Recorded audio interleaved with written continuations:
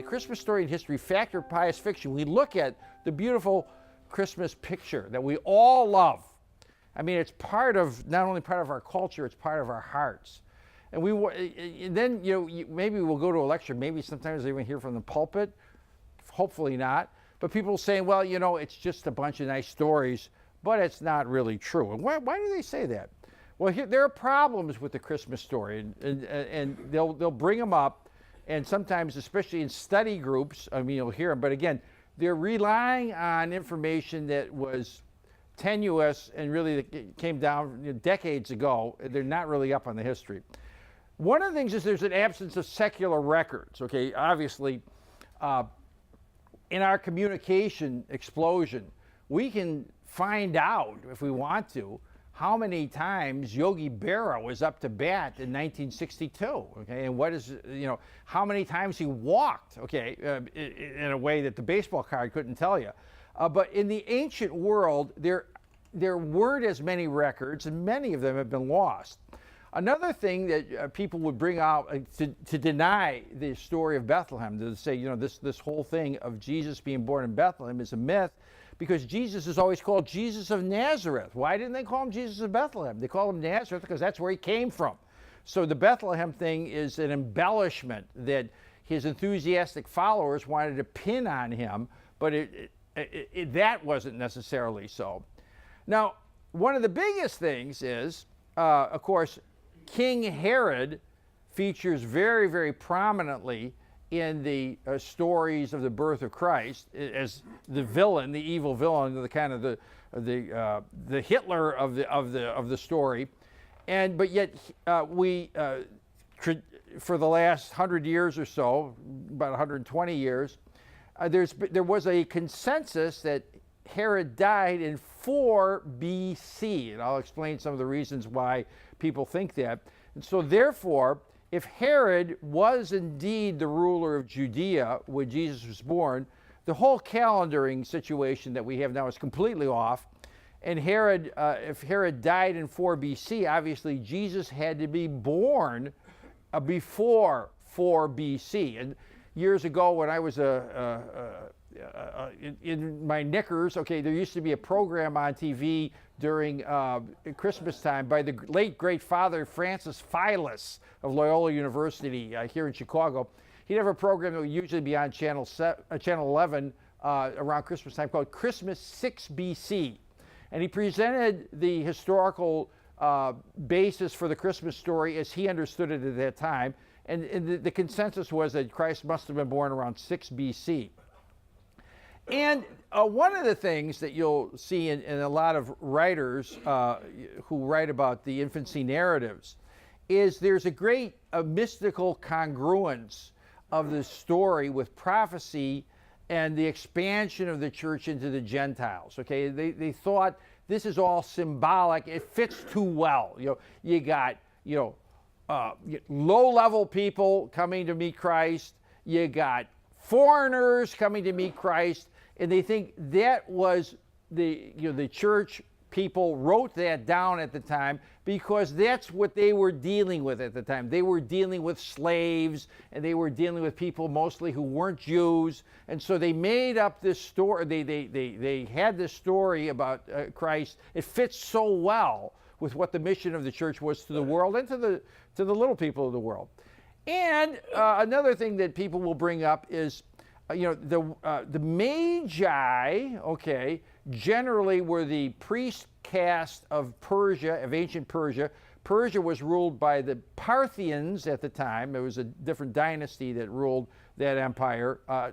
They were the biggest rivals of Rome. And Parthia, okay, was the biggest enemy of Rome at the time. So the chance of, Magi from Parthia coming in to a Roman allied territory at the time was just about nil. Okay, that wasn't going to happen. So there's solutions then. Now, okay, we've got these stories where we got these Persians, okay, or Parthian holy men, coming to visit Christ. How could we got these Jesus being born in Bethlehem rather than Nazareth? Where did they come up with this stuff? Why did these things get included in the Bible? Well, the first thing is the obvious one: pious fraud. Okay, it was just a nice story that people made because they, Jesus as the Christ, as the Messiah, was being preached to the world. Jesus as even the Lord, the Son of God. So let's make up stories with angels and all the kinds of stuff so that people can feel good about what these early missionaries, these early apostles are telling them.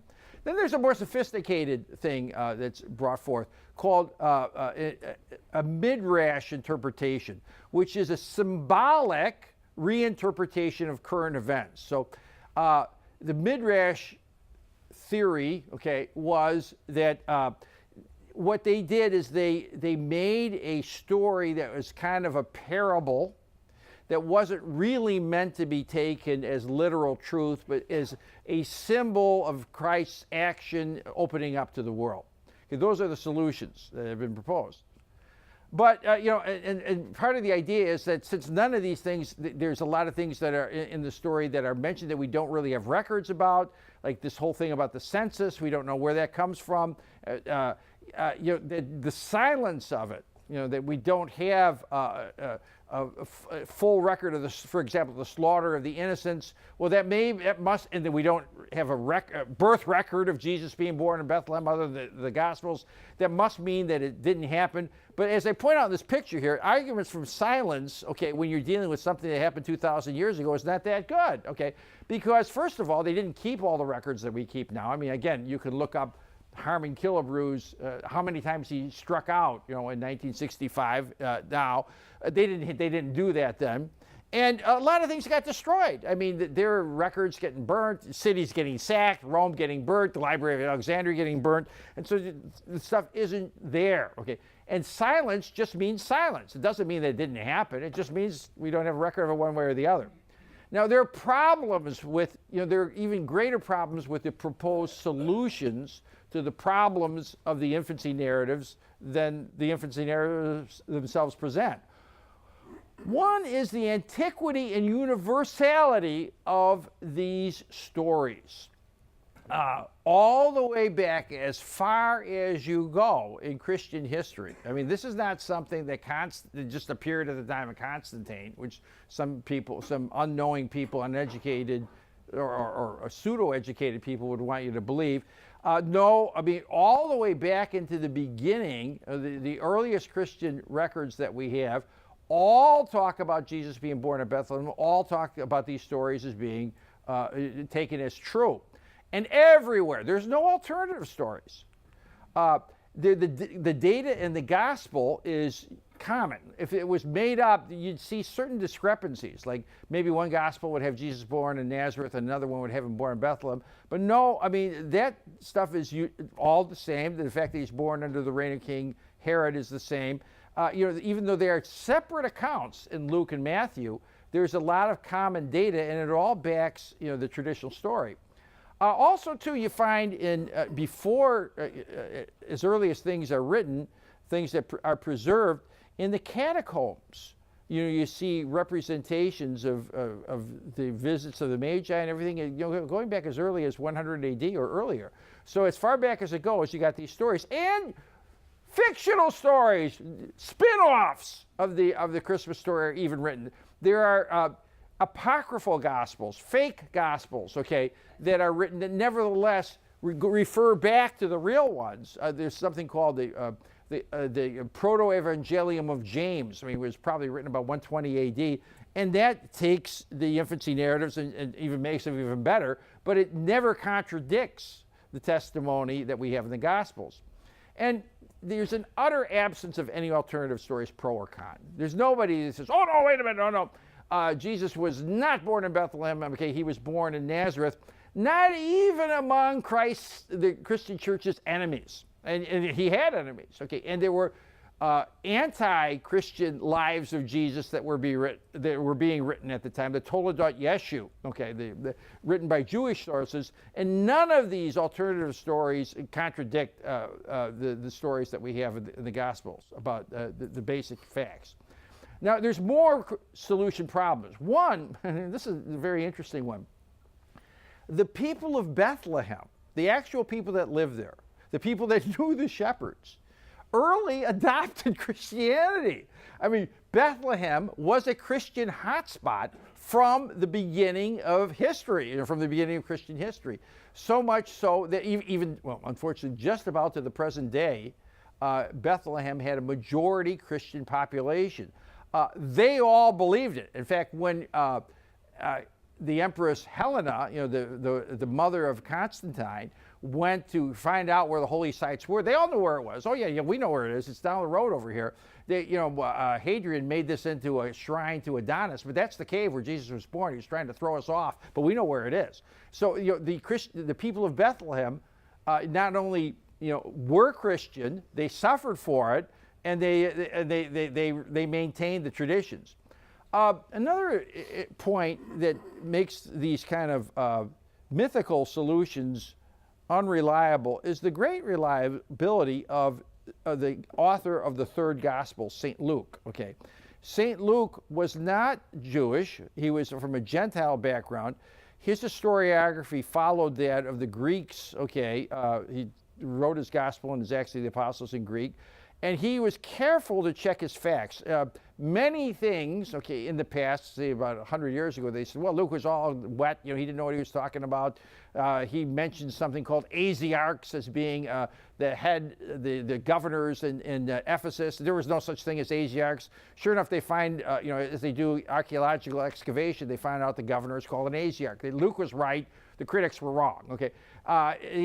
Time and time again, and he deals, when he's talking about the gospel, in facts, in very specific terms. Like he talks about when when John the Baptist's apostolate begins, he talks about in the 14th year of the reign of Tiberius Caesar. John the Baptist began his preaching. Jesus was then about 30 years of age. So he's very, very specific. So you can go back and check. You can check what year that is. The 14th year of the reign of Tiberius Caesar is 29 AD. Okay, there's nothing secret about it. There's nothing arcane about it. He's careful to be a historian, not in a mythical way, not in a tale-spinning way, but in the way, the kind of the Western civilization way of wanting to get facts down. Another thing that is very, very interesting is the unanimous consent of the early Christian writers. The early Christian writers are called the fathers of the church. They're not fathers because they're priests necessarily. They're called fathers because they are the first people, the fathers of the church, the ones that were there at the beginning. And it's the consensus among them is amazing about the birth of Christ, the year of the birth of Christ, and what happened in connection with the birth of Christ. There's a lot of records. So there's some dispute among them as to the specific day Christ was born, but there's really no dispute as to the year Christ was born. And this presented a big problem for the historians because they all have him being born around the time 3 BC, 2 BC. And they said that's impossible. The fathers must all be wrong, okay, because we know, quote unquote, that Herod died in 4 BC. We know that, and so therefore they must all be whistling Dixie. I mean, they don't know what they're talking about. And another thing too, one of the things is the reason why many opponents of the historicity of these narratives make their claim is because they said, well, this is obvious. They tried to do this because there's this prophecy in Micah talking about Bethlehem. So these Christian fanatics wanted to bring Jesus of Nazareth into Bethlehem to prove that prophecy. But that prophecy is actually ambiguous. I mean, the school of most of the people who were waiting for the Messiah did not expect them to be coming from Bethlehem at the time. The prophecy was a little bit ambiguous. They thought Micah's prophecy referred to David. It didn't refer to Christ. So he didn't have to be born in Bethlehem, even though he was born in Bethlehem. Okay, well, what's the story? Okay, as we used to say in Melrose Park. What's the data in history, okay, that we can find? And these are the fathers of the church, a pictorial representation of them. Let's see what they have to say. There's a lot of ancient records, as I mentioned before, about the age and birth year of Christ. All ancient records have Christ's death at the time of around his 33rd year. And there's a lot of them. I named some of these guys. Clement of Alexandria, Tertullian, Hippolytus, Origen. All these guys are very early. I mean, not Origen as much, but the rest of these guys are writing before the year 200. I mean, they're writing, very, very early in the game. Origen is in the middle 200s, but they're all consistent. They say, Christ, was born around this time, 3 BC, 2 BC, and there are only two, given the story that we're told about the death of Christ and how he's crucified on a Friday, and then Sunday he arises from the dead, and Passover is around that time. During that entire ancient period of time, there's only two dates that fit that calendar scenario. Jesus had to die and be crucified either in 33 AD, the way we oldsters were originally taught back in the 1950s, or 30 AD, which became the prevailing view. But those are the only two dates that have that kind of setup, where the Passover fell on the Thursday or Friday before, during that time of year. Now, the early, and as I mentioned before, all the early Christian writers list the same year as the birth of Christ, and I mentioned a whole bunch of them here.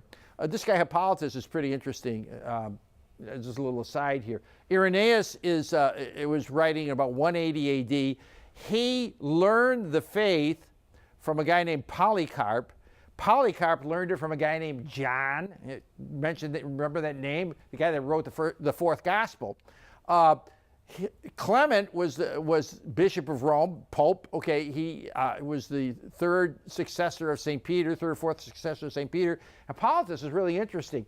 He was an anti-pope. Okay, he didn't like the fact that the Pope at the time, Callistus, was letting people after they had apostatized do penance and come back to the church. He thought that was way out of line. They had their chance. They ought to go. They ought to beat it now. But he presented himself as being the true pope and started writing letters to all kinds of different churches, telling them all kinds of things about Christian doctrine, kind of acting like a pope. But and ultimately, he's the only anti-pope who ever became a saint, because they were when the Romans started persecution, they arrested both of them, both Hippolytus and the successor of Callistus. They threw them both in jail, and in jail they reconciled, and Hippolytus returned to the church and died a martyr and a saint. Many other writers, the great historian Eusebius, later on Epiphanius, they all converge on the same date. Well, let's take a look at this. The big bugaboo is 4 BC. Okay, if Herod died in 4 BC, this is all got to be. These guys have all got to be full of it. Okay, so what is Let's take a look at this death of Herod. There's Herod himself, looking pretty mean and loaded for bear. Okay, what's the history? How do we know when Herod died? Where did they get this 4 BC date? Well, there's a detailed description by the famous historian and kind of Jewish quisling, Josephus. Josephus is an interesting fellow in himself. He started out as a rebel Jewish general against the Roman occupation, but when things got bad, he jumped and flipped and turned on to the Roman side, but was protected by the Romans for the rest of his life, but was also still practicing an observant Jew, and he wrote a number of interesting historical books in the first century, and he describes a lot about the death of Herod, and he describes some parameters, that there was a lunar eclipse around the time that Herod died. And this lunar eclipse happened before the Passover feast. Well, now with what we know, we can go to the computers, we can go to the records, we can plug in and we can find out when that was. And they had this basic raw data, for 150 years, 200 years. And there are only 4 possibilities where this happened, where there was a lunar eclipse that occurred before Passover feast, and here they are. One was in 5 BC, but that's 7 months before the Passover, and it was only a partial eclipse, so that's probably not the one. But then there's the consensus date, March 13th, 4 BC, and that's the one that for the last almost 200 years, people have jumped on it. And when you go to the encyclopedia, even Wikipedia, or the Encyclopedia Britannica, you'll see Herod's death as being around that time. But there's problems with it, because that was a very partial lunar eclipse. That was not something that was going to be anything that anybody knew about. It was not going to be on stargazers, okay? It was only part of the moon that was done, and it also was only 29 days before the Passover. And the number of things that happened that Josephus describes, like all kinds of processions and all kinds of actually massacres of people and rebellions and stuff that happened, they couldn't happen within 29 days. I mean, it doesn't really add up. So then let's look at some other ones. There's one on January 10th in 1 BC. Interesting. Okay, and that's a full lunar eclipse, and it's only 3 months before the Passover, and it fits. I mean, this could be the eclipse that was accompanied the death of King Herod. And then there's another one about a year later, 11 months later, almost exactly a year later, on December 29th, 1 BC. That's only a 53% lunar eclipse, but that's got some, it's only 3 months, like the other one before the Pasch, but it's visible nearly by everyone. This one, even though it's a full lunar eclipse, didn't happen until after midnight. People are in bed. It's not going to be that big of a deal. Here, though, this happened about 6 p.m., 6:30 p.m. Everybody would have seen it, and it was noticeable. Half the moon, more than half the moon, was shut off. And these kinds of astrological things were very important to people at the time, a reason I'll explain a little later. It fits perfectly. All right, so now there's a lot of stuff in history that all fits together very well if we take this or this as the date for the death of Herod. There's all kinds of wars that happen that we can't find, okay, that involve the immediate successor of Herod, because they're looking around the time of 4 BC or 3 BC for these wars. We know that was the time of Pax Romana. There were no wars. There were wars, though, around this time, and it starts to fit. And there's other items that in the Roman histories that all fit this later date for the death of Herod. Now, one thing you got to remember, it's not like now. We all have, even in communist China, we're using the same calendar. It's the year 2018, and we're just about to close that year down, of what's called the Common Era. Well, there was no Common Era at that time. Okay, each kingdom had its own calendar and its own way of numbering things, and they didn't preserve all these things, and so you don't really know. Usually, they date it from the reign of a particular person, important king of that particular area. So it's hard to know. There's no almanac, the 1 BC almanac that you can go and look at these stuff. So it's all a certain amount of guesswork. And so this particular date, it's the consensus date, is really based on guesswork. It's not based, like we do. We look at the encyclopedia, we think that this is true. They picked it up from somebody else. Now this guy, Dionysius Exiguus, okay, he's the guy that gave us the year 2018. He was a monk, a scholarly monk that lived in the 500s, and they said, you know what, we don't want to be dating ourselves from the reign of Diocletian anymore. He was a bum, okay? We're Christians now, and we want to be able to date our calendar from the year of the birth of Christ, okay? That's the year of our Lord. Why don't you, Dionysius, you're a scholar, okay, why don't you go back and figure out, when that is, and we're going to start a whole new calendar and a whole new dating system. Well, he went back and he invented the calendar that we have now. And again, the standard operating procedure was, he was a Dark Ages idiot. He guessed it, and we don't know how, we don't care how. He came up with the idea. He was off by at least 4 years because of this thing of the death of Herod. But as we go back, it turns out the guy was probably right, okay? Because one of the things that we find, the old game of telephone tag. I tell my wife Pat something, and she whispers it to the lady next to her. We take it all the way to the back, and then we see how the story has changed, okay? Well, it all depends on what Pat heard and what she said in the beginning, and if she's wrong, the whole thing is going to be wrong. Well, it turns out that one of the pieces of data that they used to try to determine the death of Herod and the length of his reign was based on a mistranslation of some documents, okay, that were done from the Greek, a mistranslation of the Greek in 1544.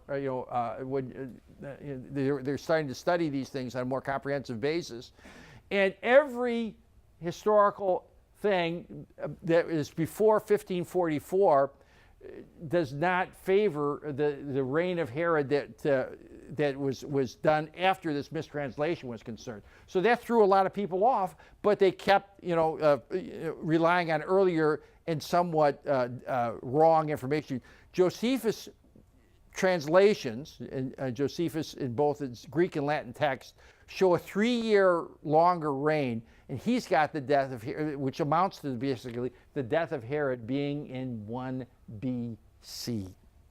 Okay, now what about the census? You hear a lot about the census, and people say, oh, the census, that's a bunch of baloney. Here, this is actually a picture, a frieze, a bas-relief of a Roman census around the time of Christ. And the idea is said, well, no, that's a bunch of makeup, okay, because we know that there indeed was a big census in Palestine around 6 AD, okay. We know that because it created a major rebellion. It started the uprising known as the Zealot movement. And so Luke was confused, okay. And if you open up probably a standard work, and probably in the library here, okay, you'll see, oh, yes, this is all wrong because Luke confused the census. He got it wrong, okay. And because back around the time when Herod was king, there wouldn't have been any census. I mean, Rome didn't rule the Holy Land directly, so why would they be taking a census? So basically, Luke's got the whole thing confused, and so that's another thing that kind of shows that the infancy narratives are malarkey. Well, we found something else, though. Okay, if you start looking past the 4 BC deadline, Augustus Caesar was named by the Roman Senate father of his country in 3 BC, and an oath of loyalty was mandated not only for all the people in the Roman Empire in 2 BC, but for all people in allied Roman states. Now, how would they get away with this? Because, for example, if it'd be similar today if, in Central America, we want to make sure that people are on our side. They're not going to support some, takeover of the Panama Canal by hostile powers. We want to send delegations down there to make sure that the governments are going to back the United States in case of necessity. Well, they did it much more strongly in ancient times. They said, okay, if you're an ally of Rome, we want you and your ruling class, your people that are highfalutin, to take oaths of loyalty to the Emperor of Rome, that you're going to truly be allies of Rome. And we know that oath of loyalty was described, okay, by Josephus, that it did take place in Palestine, that in fact it created a major uprising in itself because the Pharisees didn't want to go along with it, but Herod violently forced it down their throats. It's reiterated by early Christian writers. They give the date when it happened. Okay, this enrollment, this oath, which is like a census, occurred around 3 and 2 BC. And by the way, the term which Luke uses to describe it is not census. He calls it an enrollment. And we know that it also happened in countries like Armenia. We've got records of this during 3 BC occurring in Armenia and Cappadocia before they were Roman colonies. So you have people in the exact same boat as Herod making their people sign up, go to the towns of their origin, just as described in St. Luke, and swear an oath of allegiance to the Roman government. Now, in 3 and 2 BC, during the time that all this has happened, there's a big war going on between Rome and Parthia. There is a guy named Quirinius. Remember that name? You're going to hear it a little while next week, in the Gospel, who's called the hegemon of Syria.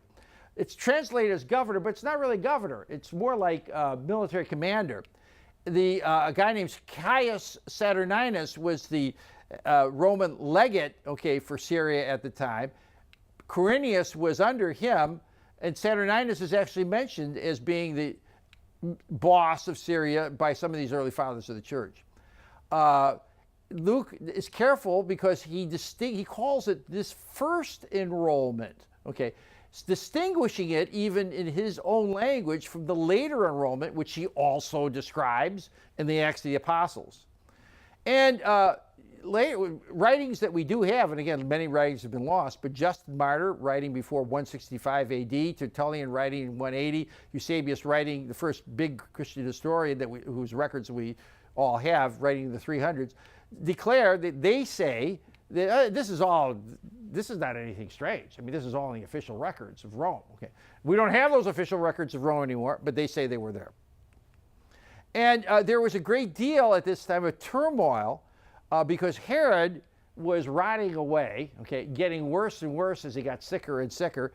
And there was big question about his succession. And he was very worried about one of his sons that might, take over. So he actually killed, during this last year, a lot of people, not just the holy innocents, but a lot of people, including his own sons. And the Emperor Augustus was even grossed out. He said, this guy is a maniac. It'd be safer to be Herod's pig than his son because the Jews don't eat pork.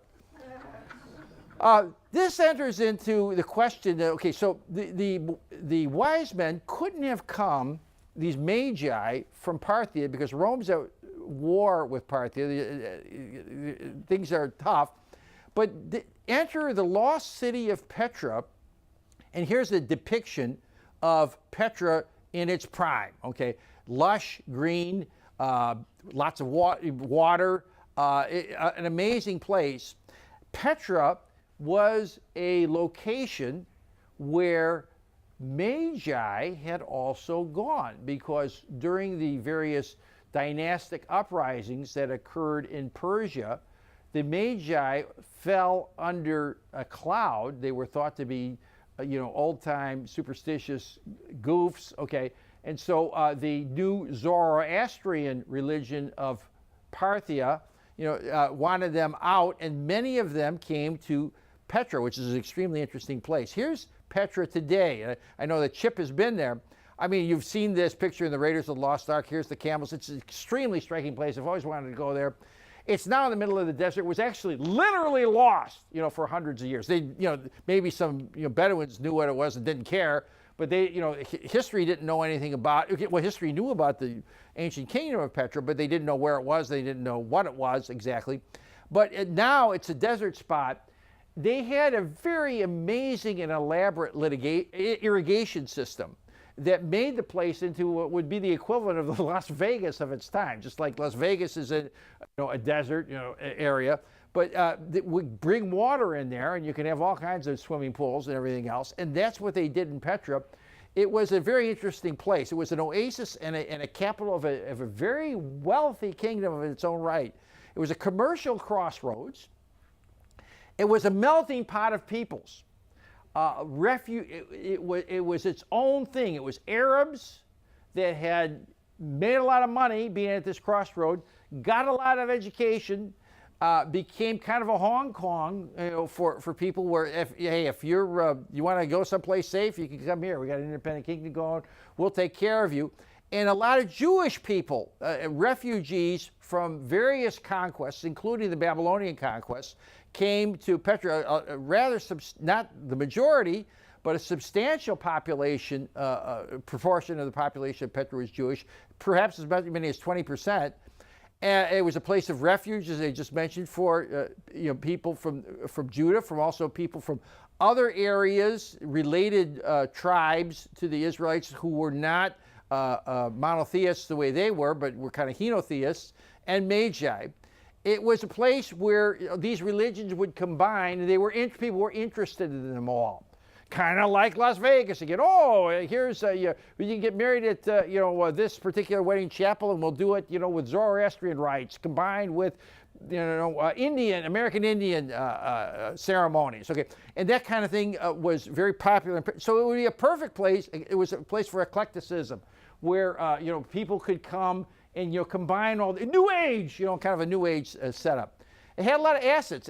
I mentioned it had the market cornered on certain very important items because it was a crossroads of two caravan routes. One down from Arabia and down from southern Arabia, where there was a lot of gold, going all the way up to Gaza, and then also one going across, from all the way over to Parthia. And it was independent of both Rome and Parthia.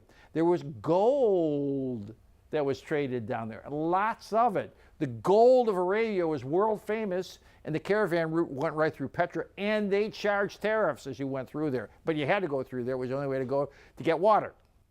There was also a funny thing called frankincense, okay, that they had the market corner.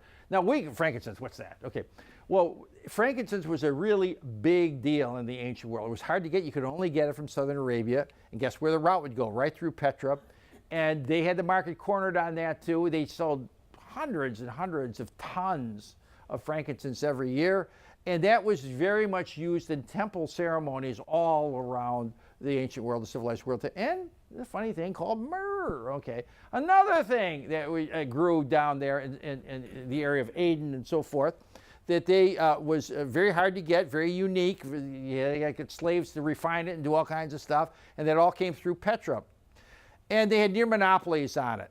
So gold, frankincense, and myrrh. Hey, where have we heard that before? Okay, but they were the chief commodities of the stock and trade of Petra.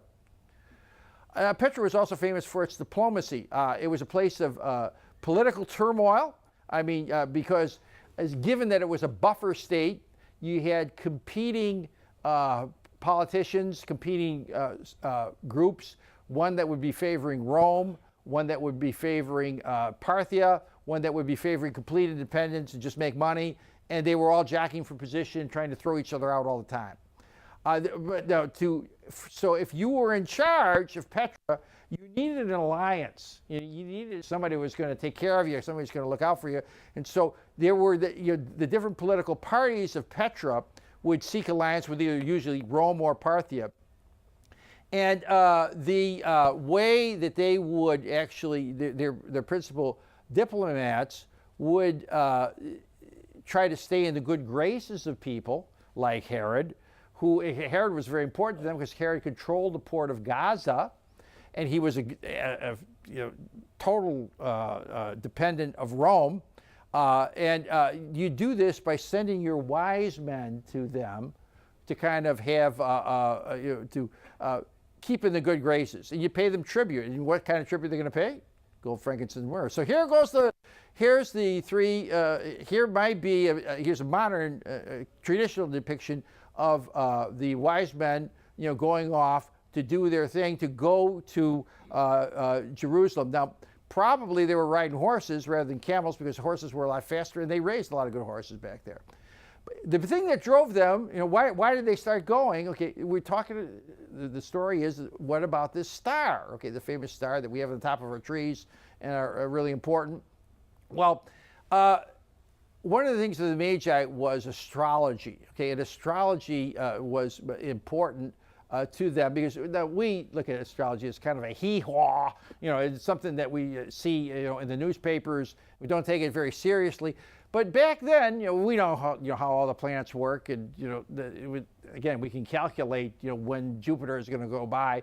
But the way they looked at it was entirely different. You look up at the sky, you see a lot more stars than we see. Most of them are fixed. Most of them don't change. But then you got these strange stars that move, these strange things that kind of move around. Okay, and it's up in the sky. They said, what are the gods trying to tell us? Okay, they're moving these stars around. They mean something. And they've got to have something to do with the meaning of the universe.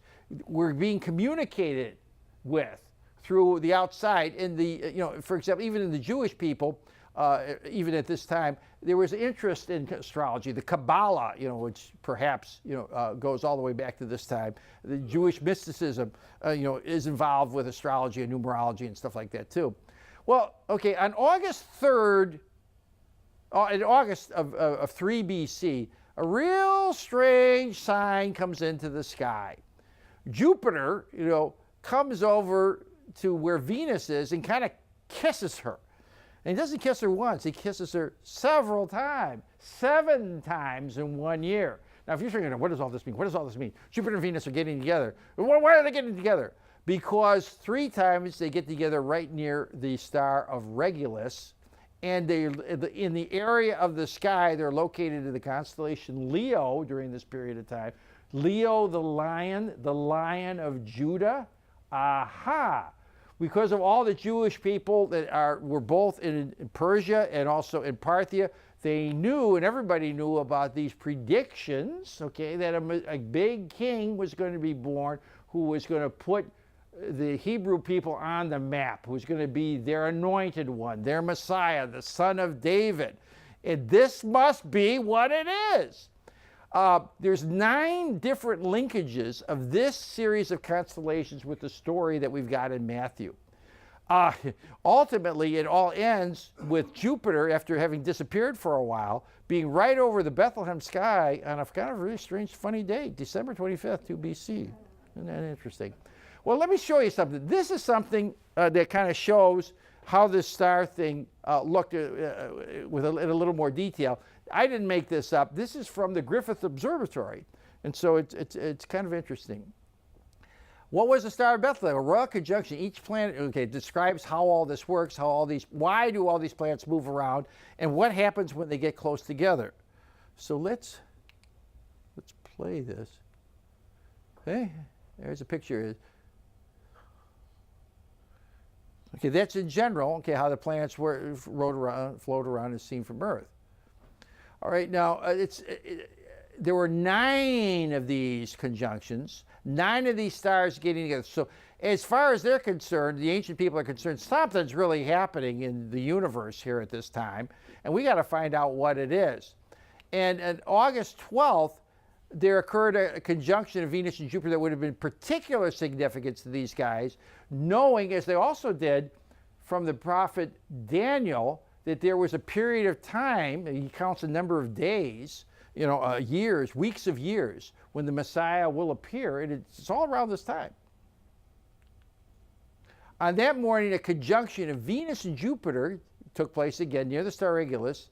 And as I mentioned, Leo's a sign of that. Venus is the goddess associated with femininity, a very important thing. And here they go. They get together. They have their kiss. But even more interesting, it went back and forth. It's, coming back, in case you guys down there on Earth aren't getting it, we're going to show it to you. Here's how it works. So it goes back and forth and back again. And then something very strange happens.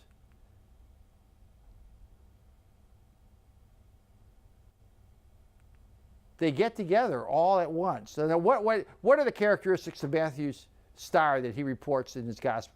The wise men, the Magi, say we know that something is going to be born. That this involves birth. It's the birth of a king. It's related to the Jewish nation. It rises in the east, and and where's the east? What's directly east of Israel? Jordan. What's in Jordan? Petra.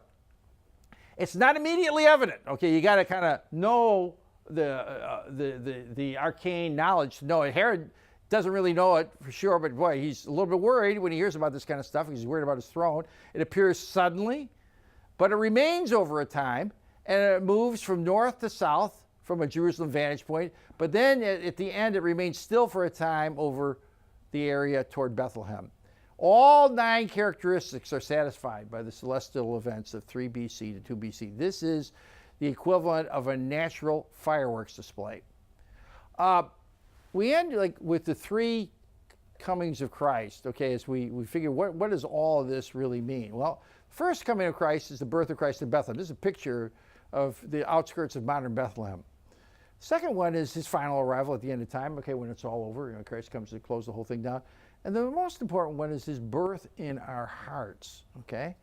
And I think what these items show, and there's a lot more that we could talk about, but that this one is the reason for this one. Christ came not just to, be a big shot, but because he wanted this invasion of goodness out of this world, real goodness, unalloyed goodness, incarnate goodness, to be in the world and to be inside people. And as the shepherds, okay, did, and as the wise men did, they responded to it, okay, as described in the Gospels. They ultimately both found Christ. They were meant to share in his life, as we saw, the shepherds of Bethlehem. And some people even think that the Wise men, okay, also had something that really affected them, because Damascus ended up being a major center of Christianity. They ended up probably going to Damascus, so they went back to their country by a different way. Damascus was part of the Petra kingdom at the time of the birth of Christ. Later it became annexed to Rome.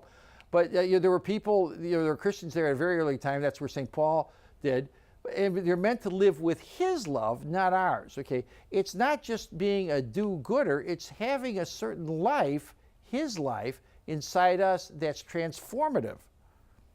And I think one of the great things that shows this is the great story of the Christmas Carol.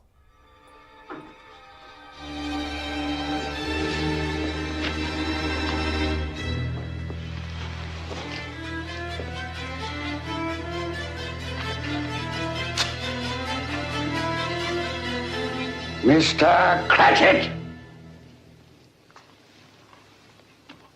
Yes, sir.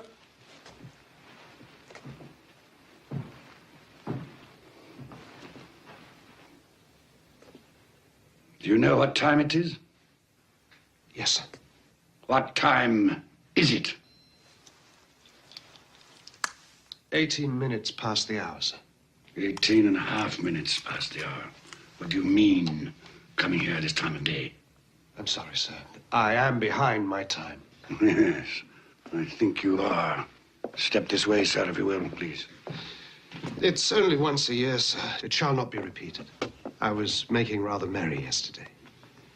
Well, I'll tell you, my friend, I'm not going to stand for this any longer. Therefore, I am going to double your salary. Double my salary, sir? Yes, Bob.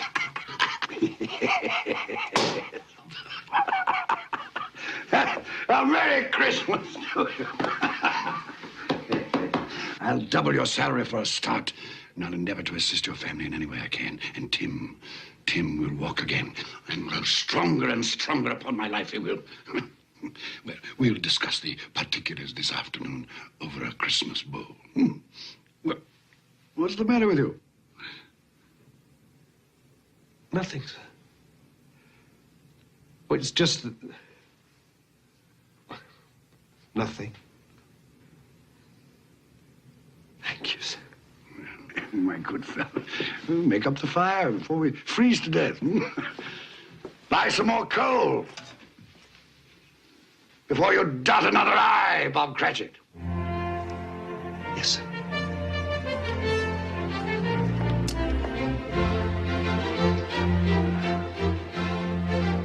Ebenezer Scrooge was better than his word. He became as good a friend, as good a master, as good a man as the old city knew. And to Tiny Tim, who did not die, he was a second father. It was said of Ebenezer Scrooge that he knew how to keep Christmas well, if any man alive possessed the knowledge. May that be truly said of us, and all of us. And so, as Tiny Tim observed, God bless us, every one.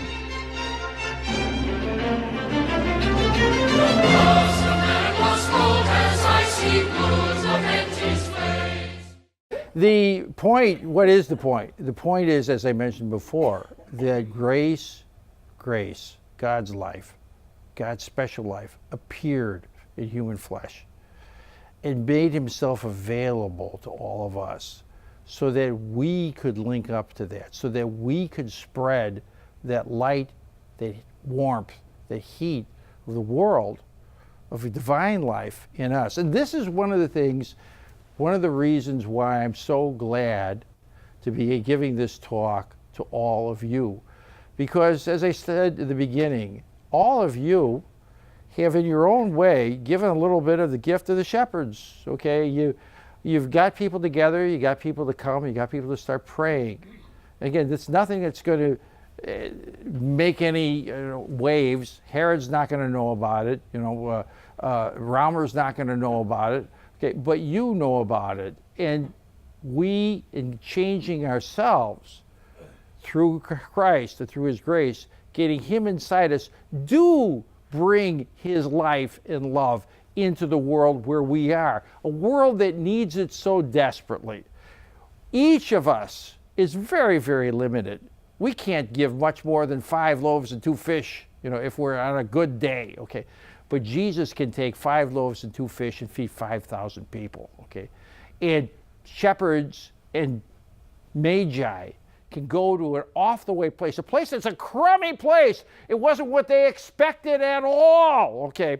The shepherds, being Jews, expected somebody like David to come riding in a chariot, to throw out the Romans and make the Jewish people top dogs in the whole world. The Magi went to Herod's court. They said, hey, a king must be born, must be something to do with Herod. Okay, they didn't expect to go to a crummy barn in a cave, but what did they find? They found the light of the world in that cave, for real. There was something there far more than anything Herod or anyone else could give them. And that hasn't stopped. The story of Christmas is true. And if it's true, this part of it is true also. Christ is there to transform us if we say yes to him, if we do what John Paul said, St. John Paul of happy memory.